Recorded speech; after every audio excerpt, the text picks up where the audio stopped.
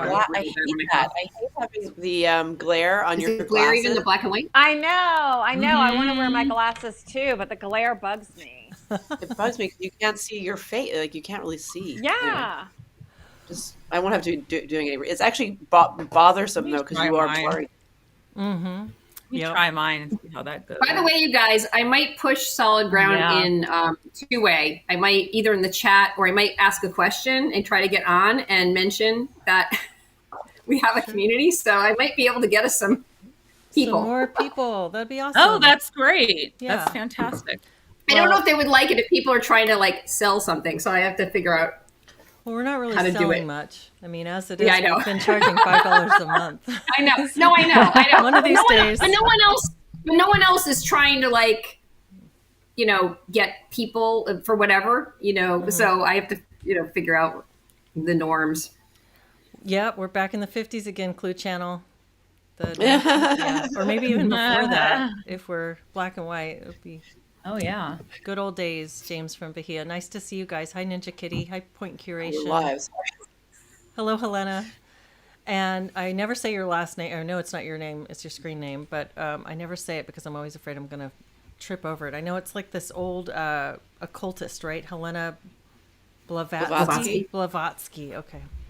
All right. Blavatsky. Adam Worrell, hello. John Noonan, hello. Nice to see you guys today. It is Veterans Day. Happy Veterans Day. Think of veterans.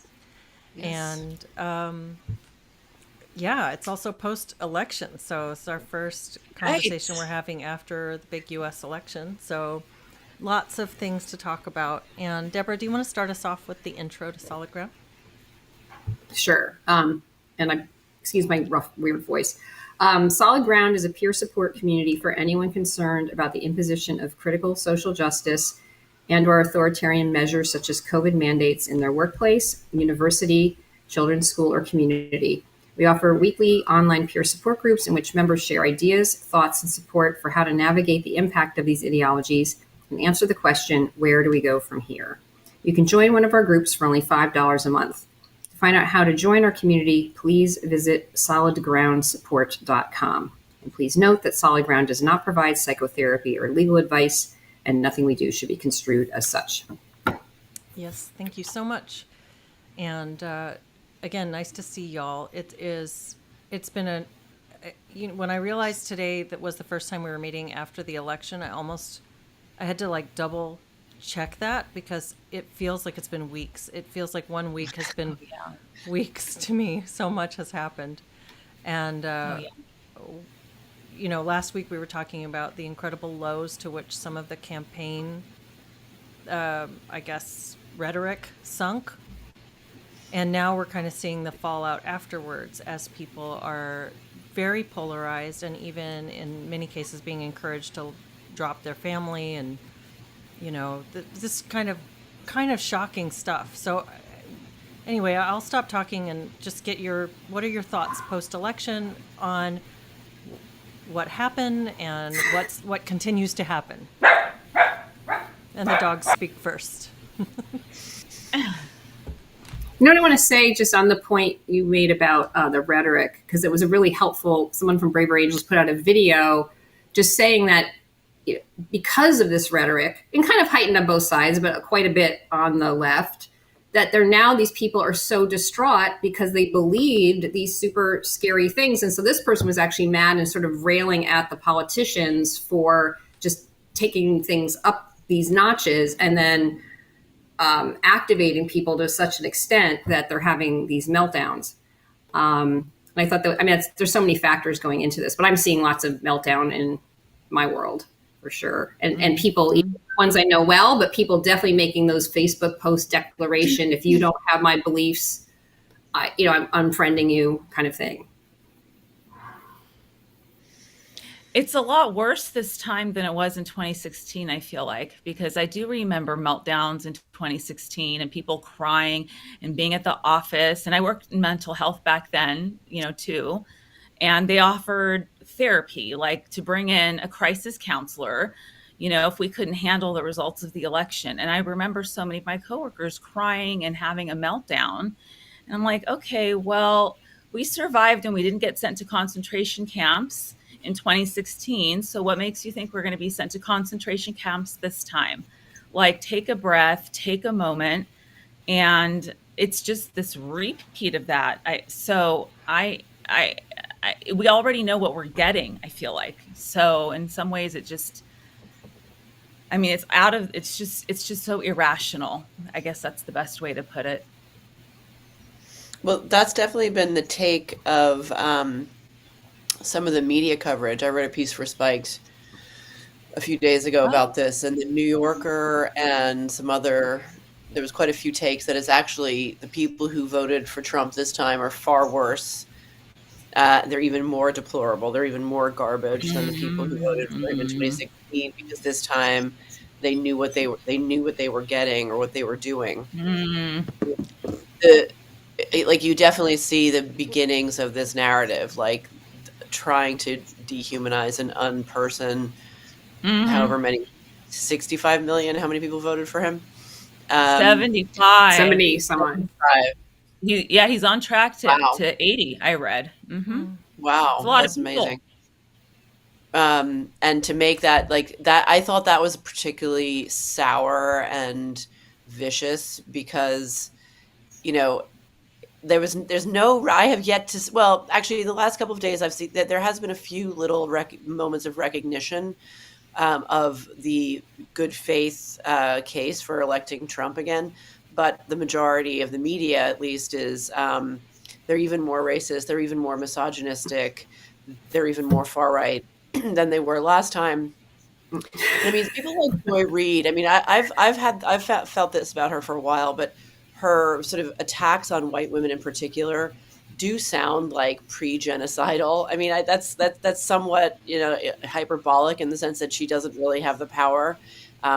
Mainstream media's audience is really shrinking, but you know, it's the same overtones of like very specific targets on a specific identity group that were like that were the drumbeat that went through societies like Rwanda, for example, and you know, the sort of the constant blaming of Jews in Germany. I mean, these people they're cut from the same cloth, and you know. So anyway, good riddance to all of them. Screw them. They suck, and I hope they are relegated to the dustbin of history as soon as possible. They don't deserve any of our time, attention, and they certainly don't deserve the money they get. I had No, never yeah. heard of Joy Reid until this election, this campaign, and I've seen a few clips from her, so now I know who that is. And yesterday there was a video circulating on my Twitter feed of her talking with a psychiatrist or a psychologist and talking about recommending people cut off family members who voted in a way that you don't like. So if your family members voted for Trump, you should cut them off. And this was one of the most shocking things. I think Deborah sent this to me as well, did me and Jennifer. And yeah, it's just incredible that this is advice that these talking heads are it's mental health professionals that are the ones that are suggesting this, right? So it's psychologists, it's mental health professionals, therapists. That is horrifying. I mean, I'm a therapist by trade. That's my background. I always, even though I'm not practicing, I'm always going to have that lens or wear that hat in some regard. So I'm just ashamed for my field, to be honest with you, for multiple things that have been going on. But that just takes the cake to cut off your family over something like politics. It doesn't get worse than that, in my opinion, with what's happening in the mental health field in general. So I'm just disgusted. Real quick, just a tech thing. There's kind of a weird feedbacky thing. Does everybody hear that, or is that just me? Yes, I hear it too. I don't know if that's on one person's mic. Maybe we could try like muting real quick and one at a time and seeing whose it is. Just, I know James from Bahia says Benjamin vacuuming outside. No.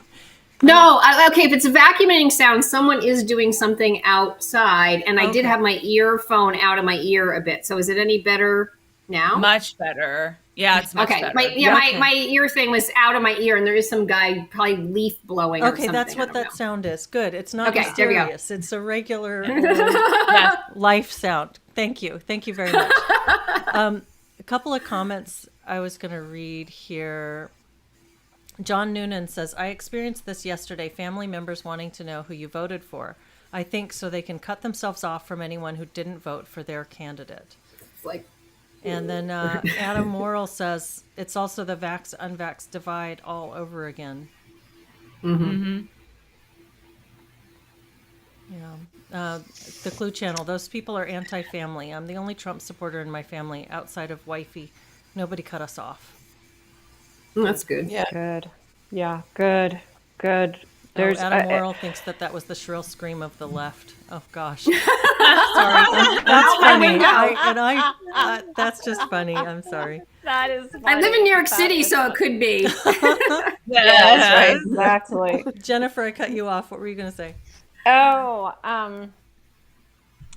all these people that are having their hissy fits and Trump is literally Hitler. I have very little sympathy for that because these people weren't having these reactions when professors were saying things like whiteness is a parasite that attaches itself to white people and we need to abolish whiteness. And the level of accusations being levied against white people to me was terrifying. Some of the things that were being said about us were worse than some of the things that Hitler had said. And, that has never historically ended well when you single out a group of people and say that there is something inherently, inescapably wrong with them. And I found that period of time in particular after the death of George Floyd to be terrifying. I really thought that it was a potential harbinger of doom if we kept going in that direction. You cannot turn an entire population against a group of people and not have something bad happen. So I've always been hopeful that we would claw our way back from that, and I think that we are. And to me, I think that part of the reason people voted for Trump is because they thought he was more likely to try to counter those ideas very firmly. Deborah, would you Yeah, mind maybe muting when you're not talking because your mic is still picking Is it still up doing thing. that? Yeah. See, and then unmute when you want to talk. Okay. I don't know if There's just no, I haven't seen from my liberal personal circle.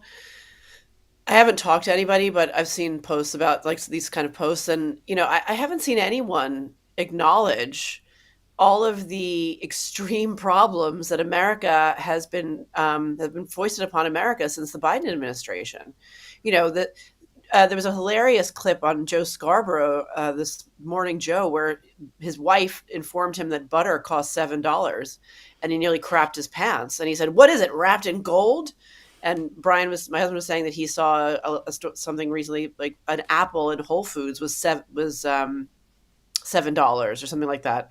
And these are extremely real, concrete issues. And look at what he's done. Trump has already done. It hasn't even been a full week.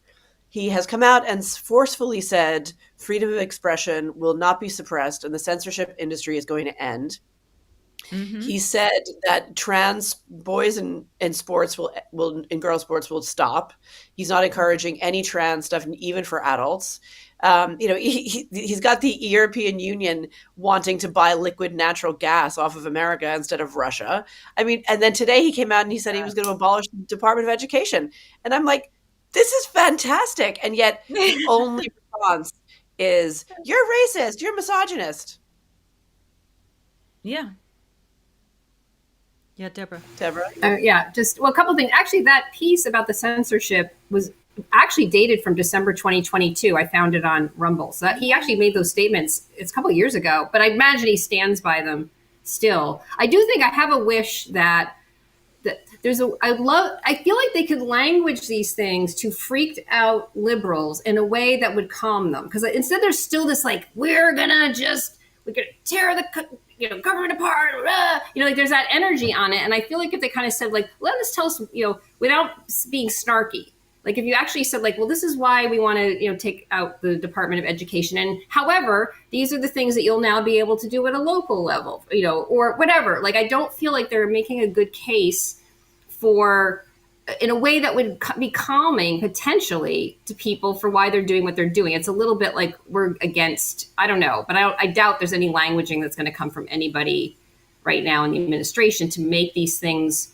more palatable so they don't resist so much. I don't know. I don't know what you guys think about that. I think they're just over the cliff crazy. I mean, I don't know how else to say it.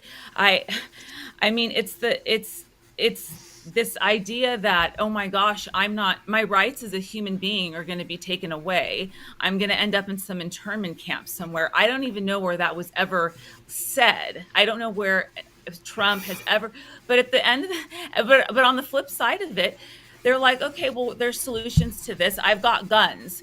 Now it's time to take our guns and take to the street. If you had seen Trump supporters say, pull out your guns and take to the streets, they would have been arrested. The FBI is coming in to ransack your house, and you're getting thrown in prison. And that's the end of it for you, right? The liberal group, this very loud, chaotic, just mentally unstable group, comes out and says the same things, and there's so much tolerance for it. There's so much acceptance that, okay, they're just upset, and let's be a little bit more, soft with them. I don't know if that's what it is exactly, but I know that they're able to say that without the FBI coming in and swarming their house and calling them domestic terrorists. And it's that was not the same two-tier thing. It's very two-tier. 100%. And I think that's just sickening to me. I mean, it's like, and then that makes me not want to necessarily calm them down and just kind of watch them fall apart and implode. It kind of makes me want to do that because I get frustrated that it's so, it is so two-tiered. Yeah. So you guys are all, or maybe Deborah, except with the exception of Deborah, but those of you who are like trained therapists, I am interested in this. Like, are there two schools of therapy? One is sort of like tough love, and the other is more handholding. Because I think that it's all handholding now.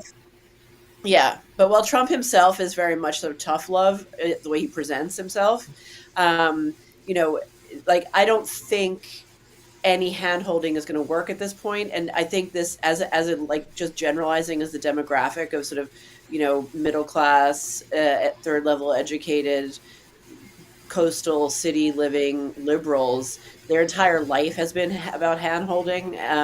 And maybe they just need to kick up the ass. I don't know. I mean, I get it that it's, but I honestly don't know how, you can present a rational case to people who are falling for hoaxes like, sorry, Deborah, would you mind hitting mute again? I'm sorry. It definitely is.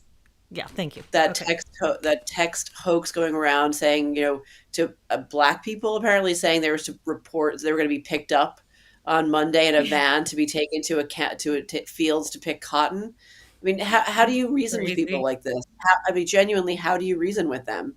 I've thought about this a lot because I've thought about it in the sense of like, should I text some of the, like when he won, I was kind of elated, but not because I love Trump, but I was relieved. I was relieved to see that the process worked and that the Democratic mandate was given, and that he had assembled these people for a variety of reasons I respect. And it was kind of a moment that I wanted to be like, kind of, in a normal world, you'd call up like your oldest friends and be like, "Oh my God, we did it, Joe," and sort of have like a chat. And I can't do that. I can't do that. And I thought, well, should I just do it anyway? And I thought, well, no, I don't want to do that. I just don't want to have the conversation. It would be too awkward and painful. And I feel like it would just get like, a firestorm heading, like blowing in my face of like, how could you're vile, you're a Nazi.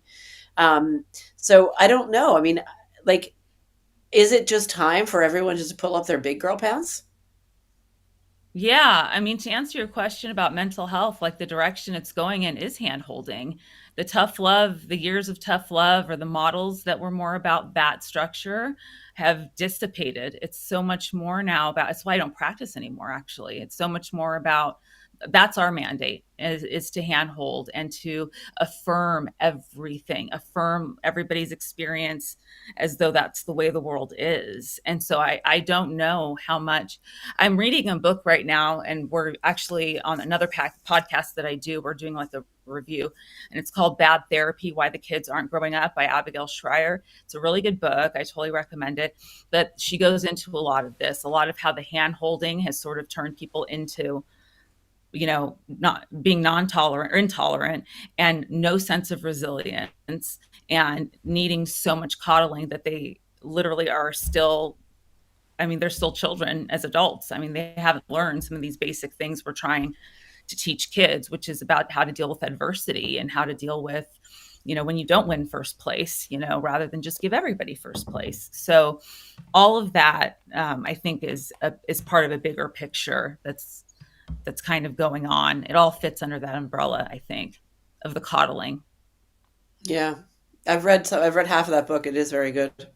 I have my criticisms of that book, but there were some good points I think that she made. We could have a whole discussion just on that book. If you guys want to do that, I'd be happy to. I'd want to reread it, but when I was reading it, there were some times when I was like, yeah, I see the point here, and other times where I put it down in disgust, honestly, because I felt like she was doing a lot of overgeneralization, and there's just this overall tone of real snark and disdain for the average person in that book. I have my, I guess I have a more critical take of it, but sure. But yeah, my frustration with it. Go ahead. Sorry, my frustration with it was just like, I wanted to like scream it. I was reading on my phone. I was like, but this was always so obvious. Like, this was always so obvious. I'm glad she went through the trouble of cataloging it all and, footnoting it and, bringing the receipts. But to someone like me, who's just really, I'm the opposite of the handholder, I found it frustrating because it was just like, you're saying this, like you're intoning some like deep truth, but like, we've always known this. This is not like a revelation here. But I think she like sets up straw men and then knocks them down a lot of times. I think she overgeneralizes, and she just basically displays a lack of respect for parents, and it's a lot of overgeneralization. So I was more angry about that book as I was reading it than approving of it, and I really liked her first book. Really liked it a lot. So that was a great book. Yeah, it wasn't a criticism of her. It was the tone of this book. It was just written dripping with disdain for average people. So, but I've heard from a few therapist friends that their clients are just in shambles after the election. And so that there is this sense that there's a lot of grief and fragility. And I think this is what we were talking about last week when we talked about the irresponsibility of these ads. When you go as far as you can and you go dirty and low and directly into fear in order to persuade people to do what you want them to do, what do you do for them when it doesn't work? And what we're seeing right now is just a doubling down on that same stuff. We're just seeing a doubling down. Somebody said, and I put it on the screen a minute ago, there was a comment that was like, it's amazing, these infotainment shows now have all become talking heads for the Democratic Party, which again, I'll say it a million times, I'm not a Democrat, I'm not a Republican. I'm watching this from a position of feeling really alienated from this two-party system and really seeing the whole thing as a very ugly game. But right now, in this last election cycle, what we saw was on the Democrat side, part of it's just the eternal problem of the incumbent. If things are not going great, the incumbent can't promise change, because if they promise change, that's an indictment of their own performance. And so really the only thing that they have to offer is be afraid of that other guy. He's not what he's a shyster, he's a huckster, and he's a snake oil salesman, and he's dangerous. So you really need us to stay here because we are a better bet for you than that dangerous guy over there. So they did that classic thing, but they went so low and so dirty that they psyoped all their people. And now these people are devastated and they're freaking the heck out. And so what are they doing? They're just saying, yeah, okay, now cut off those people, because the people who voted for the snake oil guy, they're evil too. And they're toxic and you need to get them out of your life. It's absolute insanity that they're not backtracking and softening this now. No, it's really, I think it's so sick to be trying to divide, especially dividing family members, encouraging that is so sick. And that's another example of an attack on the family, you know? And, I tell people politicians enjoy lifestyles that you and I cannot imagine. Talk about privilege, whichever side they're on. But then you're going to allow them to divide you from your family and friends, who are also very precious resources for people. You need support in this world. And you're going to let them split you off from them? Absolutely not. That is the exact same it's the same argument that my sister made to her friend who's cut off her family. Is exactly what you just said, Jen. Like, these people are going to live this lifestyle, same exact sentiment. And it actually got her to think, and she started to see if maybe she could reconnect with some people that she's cut off. And Deborah, I think I cut you off. Sorry. Yeah, I'm always like, no, I'm always like, oh, but the other side. I mean, I think the Nazi rhetoric was bad, but it's not like the Trump side was not scary. Oh, people are going to come and kill you. These immigrants are doing this. We're being invaded. I mean, so they both had rhetoric that scare people. I just think that the liberals have their nervous systems, they're just more dysregulatable. Do you think so? That's funny. Their nervous system. Well, there's just a culture. Like, there's a culture of being upset and caring and empathy and feeling, you know what I mean? Like, there's just a sort of a cultural thing around that, whereas it would be kind of probably embarrassing to melt down like this way if you were on the other side, right? It would be like they're being a mommy coded. I think you're making a good point. You're making a good point that there was fear rhetoric on both sides, but maybe not as bad. Right. I think that's part of that falls into the classic paradigm of the incumbent and the challenger, because there's always problems that we have right now that people can point to and they can blame on the policies of the existing administration or existing government structure. So I think that you're making a good point. I guess I just felt like the Hitler, completely ignoring the assassination attempt. I mean, I know they wanted him assassinated. Yeah. They wanted him assassinated. Yeah. And all these, hyperbolic things that they have said for years about, he's going to destroy democracy. No, what would destroy democracy is if candidates can't run without getting assassinated. But they're not panicked about that. So I see that as just really hypocritical. And I apologize. I am actually in my bathroom because right after you said you were getting leaf blowers, there's leaf blowers in front of my condo and behind my condo. So I'm literally sandwiched in by leaf blowers. So I'm hiding in my bathroom. Actually, the frame that you're in with the bird behind you, lighting is really good. Yes, it is. Okay, I'm actually sitting on the toilet side saddle right now. So that's resting my elbow on the water That's tank. great. You're so kinky, Jennifer. I am. Come in here and slap me, weird someone. Kink. I was just listening to a really good podcast today about LBJ, and apparently he used to sit on actually using the toilet and call his aides in and piss in the sink in front of his secretaries and stuff. He was like a really gross person. I didn't know that. Oh my God. Can we just talk about this as it pertains to liberals?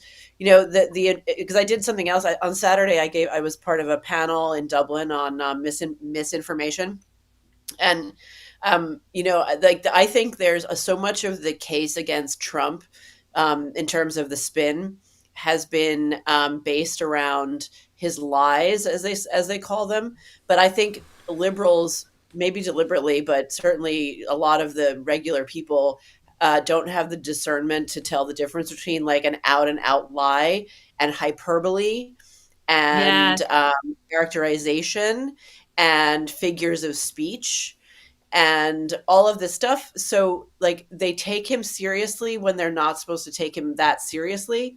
And then, they'll say, oh, you're just making excuses for his lies. Well, first of all, you show me a politician that doesn't lie and spin in order to get elected, and I will, I will give you my dog. Okay. That does not exist. Number one. Mhm. So there you go, back to the double standard. But there's something about the way Trump speaks, which, and I still find it a bit grating, but I found it like really, really gross before, because he's quite crass and he's not that articulate. And he kind of like, he sounds like a sort of blowhard. And, it's really hard for like a liberal, a person of a liberal orientation to kind of tolerate it. It's almost like we have an allergy towards it. But that blocks people from being able to evaluate him objectively and like in a healthy way. Because when you see what his actions are, because he never did send people to camps, he never did lock Hillary up, all those things that were so gross in his first election that liberals found so repellent about him, his rhetoric in the first election really didn't come to pass. So obviously he wasn't speaking with like deathly seriousness. So like, do you think there's something to that? There's like a class differential between how we hear him speak versus how working class people hear him speak? I want to ask about the word liberal. What do you mean when you say liberal? Because I still consider myself a liberal. I'm not a progressive, but I believe in liberty and I believe in individuality. And I don't know, I feel like liberal gets used in a weird way. And I guess not to pick on that framing, but it's just something that every time I hear it, I think, I don't know about that. Maybe the academic elite intellectual class, I could see him really rubbing people the wrong way, because frankly he does me too. I see him sometimes and I'm like, my thoughts about him have changed over time. In 2016, I wasn't exactly Trump deranged, but I really didn't like him. And even though I really didn't like Hillary Clinton, I still voted for her over him because I did not like him. And my mom and I would argue about it, and she thought he was great, and I thought, but Mom, he's so dumb. He's so dumb. Oh my God. This is how I felt. I wasn't full pussy hat Trump deranged, but I was really anti as close to a Trump deranged as you can get and not be totally deranged. And then over COVID, I started seeing him be someone who was really asking questions and grappling, at least seemingly honestly, with the challenges that were there in a way that the people in his administration and the other talking heads clearly were not. He was the only person that I felt like was standing at a mic and not trying to lie to us. And so he started to gain my respect. And over time, I like him more. I think he's okay. I was for him this time, but I still see him stand up and I talk, and I imagine my dad listening to him thinking, what a complete blowhard, I just imagine like the intellectual and more academically oriented people in my family looking at this guy just being disgusted and embarrassed, Yeah. So yeah, I guess that's kind of what I mean by liberal. I mean third level educated, on left of center people, white collar people, because it's not just it is third level educated, I think, but I know people who aren't part of the intelligentsia, who are totally Trump deranged, like, just blue, no matter who, blue state people. So I think it is, yeah, but I know what you mean. The liberal term, I use it almost as a byword for middle class. Liberal arts educated. Deborah? I wanted to say, a quick thing on the speaking style. Well, two things about it. One is actually Eli Lake had a good podcast on this on Honestly, which he had a whole topic on bullshitting. He made the difference between bullshitting and lying, and Trump being in this tradition of the bullshitter. And it's just interesting to listen to and kind of make those distinctions.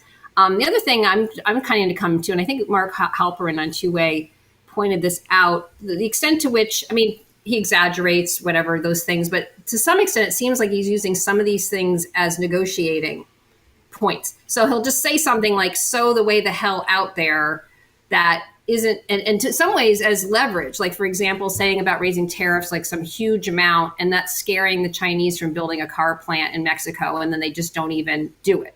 And like maybe he would never even put that tariff of that amount. So Right. I've started to wonder about some of these things, even these mass deportations, which I have to admit, something scares me if there's seriously going to be like 10 million people like ICE running in and taking out hunks like that I'm more worried about that. But if that's sort of like, we're going to put the post all the way the hell out here, and that's going to maybe scare people to leave. Even Vivek was talking about it like, well, what if we just don't give the benefits anymore? People will self-deport if we don't give them money, housing, blah, blah, blah. So I am starting to wonder about some of these statements that might just seem so out there. And if it's to either get people to just take some action so he doesn't have to take it, or it's a negotiating point or something. That's a really fair point, actually. I mean, that's what he's known for. I think to what Jenny was saying earlier, I think the sort of liberals, and definitely the leftists, have become kind of feminized over the years, where we expect people to speak in this sort of very gentle, nonviolent communication style. And I think there used to be more of a tolerance for brashness, especially in politicians. And, Yes. I have had my own reactions to Trump, but I've learned that in situations where there's a threat or power is needed, smoothing things over, that's a female strategy. And there's a reason why females need to use that strategy, because we can't go around duking it out with people. But for men, that is what they understand. And I had somebody tell me a story about somebody running up on them. It was a male who told me the story, and somebody ran up on them in a very aggressive way and threatened them. And he told this person, "I am going to hurt you." And the person immediately backed down. And it's just so interesting, because my own internal reaction that I observed was, oh, you're not supposed to threaten people. Oh, you always try to smooth things over. If this guy had tried to smooth things over, that guy who was threatening him and ran up on him would have absolutely attacked him. But by showing force and strength, and that he was willing to fight this guy, the guy backed down. So it was in favor of everybody's safety in that situation. So sometimes a brash leader who's really kind of, just hard-nosed, I think can be a good thing. Like, if you were another country, would you choose to mess with the United States interests with Trump in office or with Harris in office? Bingo. 100%. And that's why I backed him this time. And I didn't in 2016 either. I didn't know much about him. But I also read a biography. He had a biographer following him around through his presidency during 2016 to 2020. And I ended up reading the book after COVID. And it started to get me to think about that a lot differently. That when he's having these conversations with world leaders and he needs to actually show some muscle, it isn't a smoothing over. It's, listen, you have a red button that you're going to push. I got a button too, and I can push it before you can. And boom, right. Done. De-escalation, and it's over. That's how I want to feel protected in this country. I want to feel protected in that regard. That to me is badass, actually. But aside from that, it just makes me feel more safe. And it makes me feel like these other countries that are constantly starting stuff, that are constantly causing chaos and disarray, it scares them and it helps them back off. They don't like him. They fear him. And I think in a lot of ways, I don't even know if they respect him, but I know they fear him. And in a lot of ways, if America is going to remain to be the land of the free, we actually need somebody that's going to be able to protect our rights with other countries in that regard, who's not a globalist. Yeah. And so I totally agree. I mean, I think it was Deborah, are you still here? Did we lose Deborah? Uh-oh. Yeah, I don't know. I don't know what happened. Is your camera turned off? Maybe I didn't I can hear touch it. you. I didn't touch it, but I have a better camera. I'll take it off and put my other camera on. Is that going to work? We'll see. No. Okay, none of my We have cameras all are kinds of working. adventures today. Do you want to leave and come back? Look, If you leave and come back, what I'll let you happened. Can back I in. do that? Okay, yeah, let me do that. Okay. I don't know how to even leave. How do you leave? Look what happened on like I think it was Wednesday, maybe it was Thursday, but I don't see a way to exit. Oh, I guess I'll do this. Never mind. I'll do that. Oh, Hamas called a ceasefire immediately, well, I right? don't think On Thursday. they said they wanted to enter into peace talks, and then is it Qatar said they wanted the Hamas out. It was one of the Gulf states that's harboring these people. Said no, we're done. We're done. Get out. I mean, and again, going back to the liquid natural gas thing, with that is a direct that if that happens, that's a direct improvement not just to American workers because having a robust domestic energy sector in the United States has high paying jobs and low energy prices, which will directly impact inflation, but will also directly impact the cost of living in Europe because energy is energy is the foundation for everything else. So, I mean, that sort of unpredictable, make a harsh threat and make sure that your adversary doesn't know what you might do seems to me like a very, very sensible, very clear strategy. And it's almost like a script. It's almost too good to be true that to see it's paying dividends already. Sometimes I think it's too good to be true. I'm sorry. I want to say something quick on this because I think I've thought about this a lot because if you're in a world where there's people that are all playing 5D chess and are very sophisticated and can use all these levers and all this diplomacy, then that's useful. But if you have a world where there are some leaders who are more authoritarian that aren't at some level of, caring, the sort of level of the way, I don't know, liberals care about people, human rights and all of this sort of thing, I think we may have made errors in terms of expecting to bring in we're going to enlighten you, we're going to make your women all, whatever like that means. And like if their language is, I'm going to pound you if you don't do what I like, and that's it, and it's that simple, like that just seems to maybe work better. And I think it just confounds people who are very sophisticated in the realm of these sort of strategy to imagine that you could just be kind of blunt like that and just brute forcey kind of. And this goes back to the personality aspect. Like, I think this is a personality difference as well as a class difference because I like the bluntness. I'm used to being spoken to bluntly. I speak bluntly myself. So JD Vance, again, I didn't fact check this, but I did see the headline. I think JD Vance said, somebody can fact check me on this if it's incorrect, I'll reassess, but that he's come out and said that if Europe follows through on their threats to basically destroy X and Elon Musk by regulation in Europe, that they will just simply withdraw from NATO. And I know that male foreign policy experts are going to be freaking out about this, but I am like, that is music to my soul. I'm like, thank you. That is an appropriate use of power. That is an appropriate wielding of power, because how dare Europe try and regulate this company that is, I mean, first of all, an American company, but second of all, a hugely important platform for political discussion and dissent. And they're threatening to end it. Okay. They're threatening to destroy it. And America holds all of the cards. It hasn't been using all of the cards. It's been constantly making these deals that are bad for it in the last, 30 years. So this is to see them then use the cards purely to their own advantage and it be politically and morally correct. I mean, that's like a bomb. That's a bomb on my soul. I'm like, thank God, because you need to keep bastards in check. You need to keep totalitarians and control freaks in check. And how do you do that? Is you just lay down the law. And again, there's so many men out there who are these sort of university talking heads, and they're like, no, it's more complicated than that. Like, I'm sorry, I'm not going to ever buy that.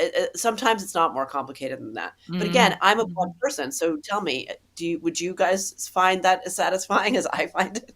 I find it fucking hot. That is hot. That is there you go. Hot that it gives my menopausal ass childbearing urges. That's hot. Yeah. That is hot. I love that. That's hilarious. You know, It is badass. You know, being female, I know this is taking it into a weird zone, but just bear with me. To really be fully female means to be very vulnerable, and that requires a partner with strength. You know, you don't want to have Yes. kids with a partner that's not strong, that you can't count on. And so strength to me is just like, that is hot. And I love the strength of, we've got you. We're going to stand up for our rights. I love Yes. it. I think it's great.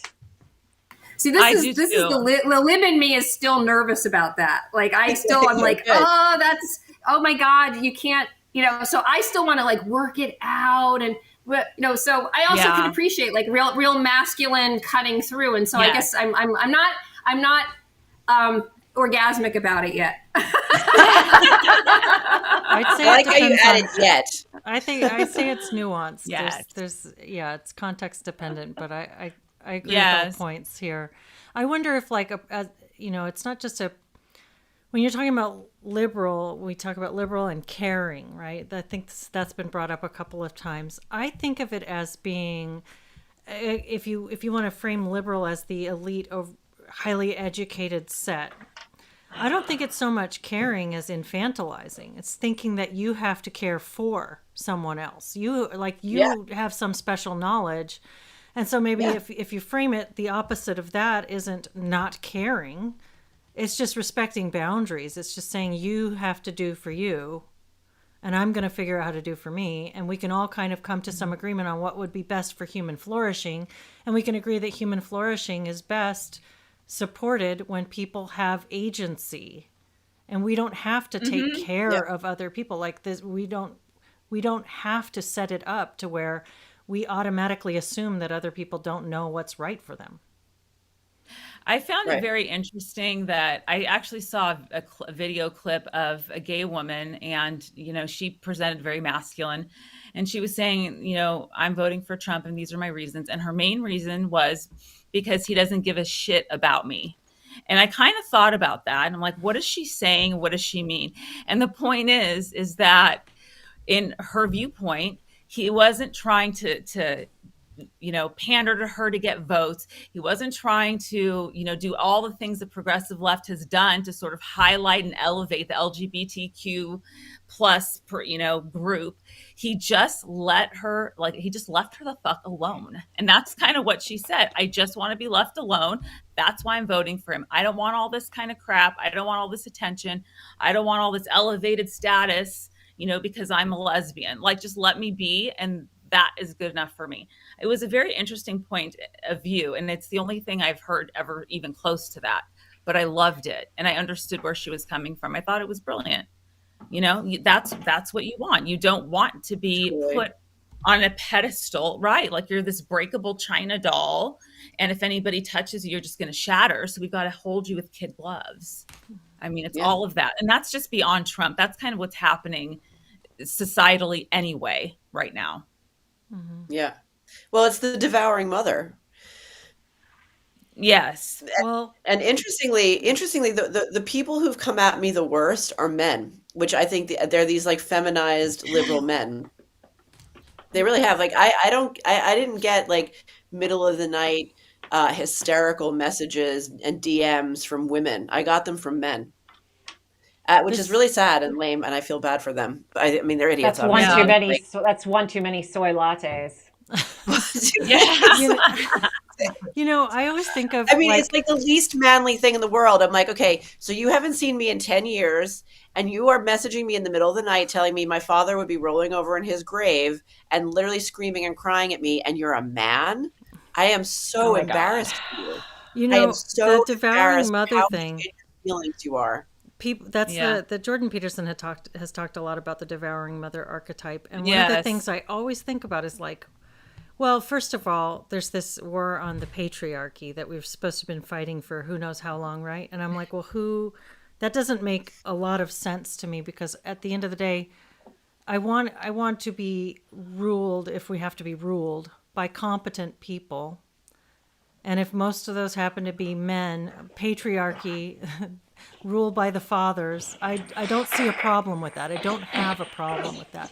But we also have this framing that there's this, as we get more regimented and mechanistic and orderly and bureaucratic, that somehow that's feminized. I think of it as rather beta male, not so much female. It's sort of like the king ape is just is sitting atop his throne, and he's got all his little servant guys going around and keeping everybody else in check, and it's kind of indistinguishable, the beta male and the female in this particular zone. But I guess that's my like man woman framing of it. But I don't know if you guys disagree with that. But I wanted to say, since we're talking about men and women, we have had so many requests, and I think most of them are James from Bahia. Thank you, James, to talk about 4B. Have you guys seen this? Oh, yes. Yes. Someone tell me what the B is. It's like doesn't it come from Stands for Korean no. or something? It's a Korean word, and it's like the 4Bs and the words like for marriage and heterosexual sex, childbearing. I forget what the other one is. Dating, maybe. They all start with the letter B in Korean, and so they're saying we're going to avoid the 4Bs.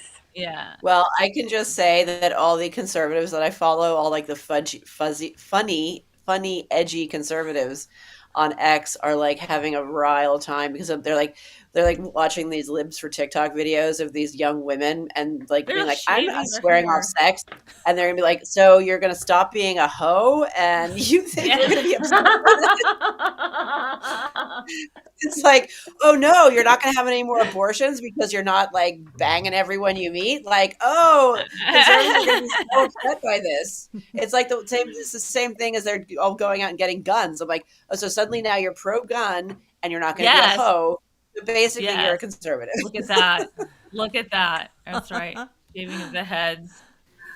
Well, then they've also been talking about then they'll take all the liberals out of the gene pool or something, right? Because it's like if only the conservative people are like having kids, are procreating. That's the counter movement, is that women are like, the conservative women are like, well, we're going to start having more families, more babies. That's the counter movement. I don't know how far it's going to get, but yeah, that was the answer to 4B was more kids. It's a short-term strategy for these 4B chicks. Right. Like, Right. I don't feel like they thought this one through. Yeah, no. I mean, did you see a few weeks ago, there was a woman, an English woman, who did she was like a TikTok influencer, and she did this thing that she's like, I let 100 men run a train on me, quote unquote. I saw that. Oh, I did too. I mean, it's like, yes, so sad. It's like, okay, so liberal women are going to be like rolling this back again. It's like Trump is fixing everything. He's even converting the total sluts. I felt so sorry for that girl. I just see her as a traumatized, confused person that I want to yank off the internet and put in a really skilled therapist's office because she is not okay. That's just not healthy. She's kind of like the epitome of the victim and predator profiles. I mean, she becomes the one who's perpetuating something horrible. She's clearly not well, and then she goes out and represents this and encourages it and sells it. And because horrific. She's pretty and blonde and bubbly, and there's a sweetness in her affect, it really kind of masks the sad, dark thing that she's just done. And that girl, when she's 50, isn't going to look back on that and be like, oh, I'm so happy I let those 100 guys run a train on me that one time. Mm-hmm. There's some very funny comments coming in, by the way. I know. Yeah, I know. I'm looking at it's cracking me up.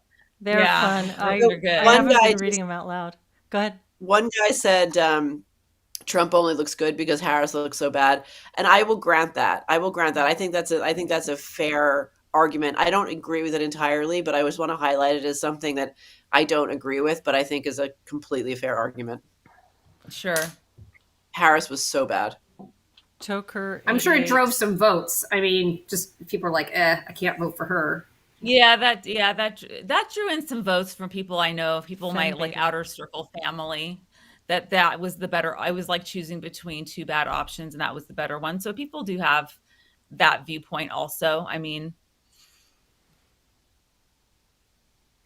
Yeah. Yeah.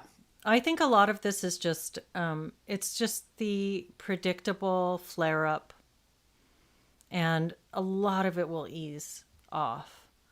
But it's really unfortunate that there's so much controversy right before our biggest family holidays. You know, we have I this know. really important time of year.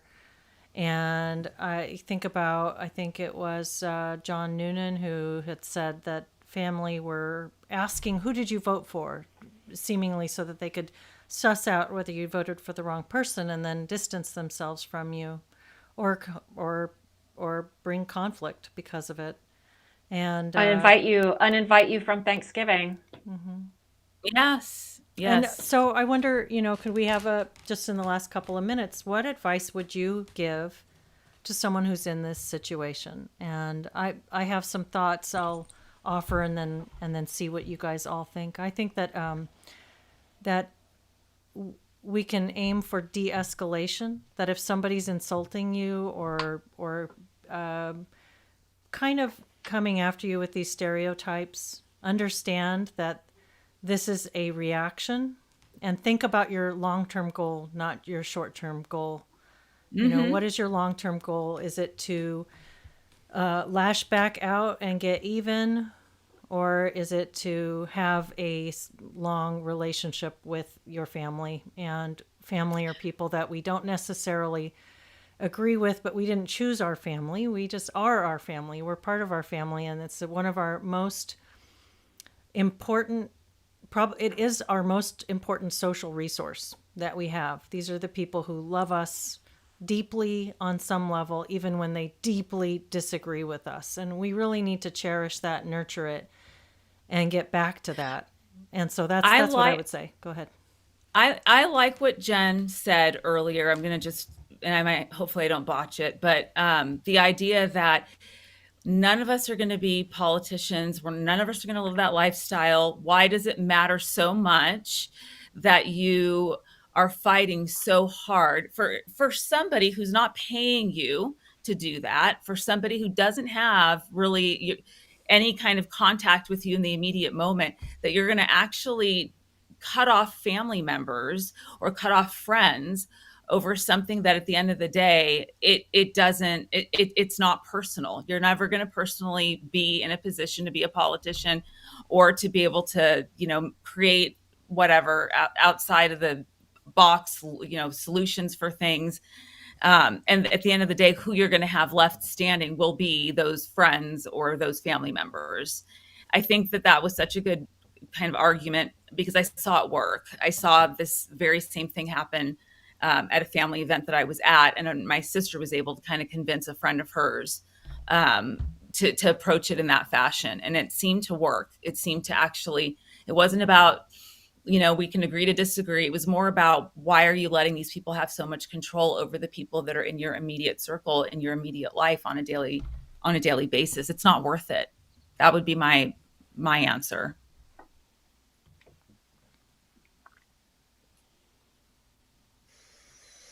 All right. I I think think we have to look at people on the basis of how they treat us and how they treat other people. And if they're treating people well and they're behaving well in their life, then you have some trust in the goodness of that person, regardless of if you agree with them politically or not.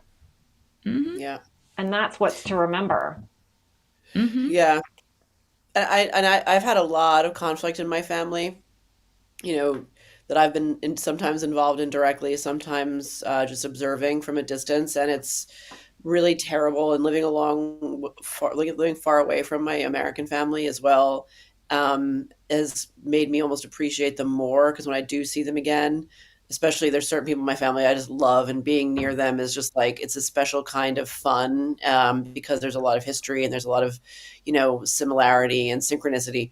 Um, but having said that, if I was in the States right now, um, and if you have a family that is directly telling you you're trash, for voting for him, I just wouldn't go. I wouldn't argue with them. I wouldn't try and convince them. I wouldn't plead with them. I would just say, you know what, I'll see you in 4 years. And because the other thing I've learned, like, is that you can't argue with people who are so deep in a perspective, and there's no point in wasting your time and trying. Just walk away, and time passes and things get better. I mean, like with my own family, I've seen that these things kind of ebb and flow, and there's no point in trying to convince anyone. Deborah, any thoughts? Wanting the leaf blower to go away. I think I feel sad. I mean, we had some people, I don't name names, like in our groups who are really going through this with family, and it's so, oh, did I go off the stupid camera again? Anyway, it's so painful. No, you And just froze. even in my own case, I'm going to have to navigate this. And I don't know if it's, I mean, this is so basic, but I don't know if it's just going to have to be in my own case, like just setting boundaries, either saying, I am not talking about X if we can't actually have a balanced conversation, or whatever. I mean, I can't even, I know I want to keep these relationships. I don't see these people actually trying to do anything that would help maintain the relationship. So it kind of feels like in some cases it might just be a matter of just in any moment, like just setting certain boundaries about not letting yourself be talked to a certain way. Or I wish I could have something more uplifting, but I'm really feeling the sadness and like real aloneness of a lot of people right now. Yeah. I think that's really before we important. go, can we just give a quick shout out to all these hilarious dudes that are commenting like crazy? Thank you, Adam. I almost feel Yes, like we I've have like a thoroughly little fan enjoyed club them. going. It's Well, been very it's- entertaining. I love it. This is why, even though y'all all hate this platform, this eCam What platform, do you look like? I've love been it. trying to use it because we can see the chat better. And so you Yeah, guys, yeah, if see? you're able to see the chat, I mean, ladies, if y'all can follow Yes. it, you can follow the Yeah. whole thing. And I just select some of the comments to display on the screen, but we have wonderful participation. I'm always so grateful for the people who make this live stream as much fun as it is, and really Yes. contribute to these conversations. So thank you all so much for joining us. And thank you, ladies, for this wonderful conversation. I'm looking forward to seeing you all next week. And I hope that this week starts to ease off and people feel a little bit of a de-escalation. Politics is always the choice between value sets, and for a lot of people, it's always the choice of the lesser of evils. And we've always done that. And it hit such a fever pitch this time that I think it's going to take a while for us to come back down from it. But I think you're right, Deborah, and Jenny and all of you, don't put yourself in a situation that's going to be where somebody's just baiting you for a fight. Try to de-escalate where you can, try to leave room where you can, and keep the big picture in mind, I think. And I hope all of you have, just a better week going forward. And Thank see you next week. Thanks all. Sounds good. See you. Thank Happy Veterans Day. Yeah. Happy Yes, Veterans Happy Day. Veterans Day to everybody. Happy Better Day. Bye, everybody. Bye. Bye-bye.